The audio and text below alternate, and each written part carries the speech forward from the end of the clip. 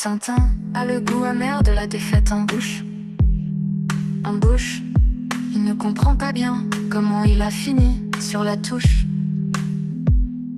Il faut bien l'avouer, il a mangé une grosse cartouche. Tintin a soudain comme des impressions de fausses couches. Il essaie de prendre la fuite en minimisant la débandade, en confondant Charles Martel et Guillaume Tell. Il déclare vouloir partir en croisade. Il n'a absolument aucune parade, et ça le rend vraiment malade. Tintin a soudain comme des impressions de Stalingrad. Il part comme un chien, un bâtard, la queue entre les pattes. Il a joué avec un plus fort que lui, et aujourd'hui, il se carapate. Il prétend qu'il sent comme Milou, qu'il va enfin avoir de la chatte. Mais il sait bien que seule une chaude pisse est candidate. Tintin joue toujours un peu les fiers à bras, mais il est bien obligé désormais de faire profil bas.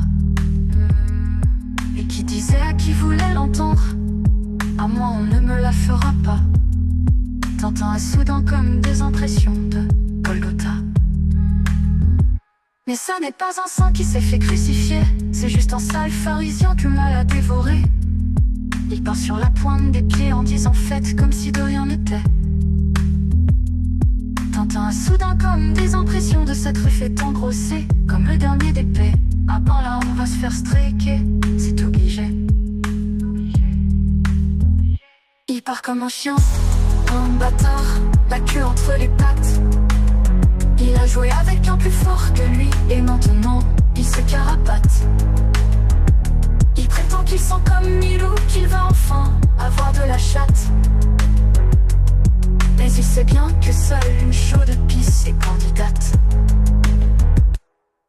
Il pleurniche en disant que tout le monde l'a laissé tomber. Mais c'est lui-même qui s'est laissé tomber en premier. Dans la médiocrité et la vulgarité, comme un porc il s'est vautré. À la petite cuillère, il suffisait ensuite de l'étaler. Casse-toi et surtout ne te retourne pas. On connaît ta tendance à revenir sur tes pas. Merci pour les rires que tu n'imagines même pas. Je t'en veux pas. Mais si j'ai un pays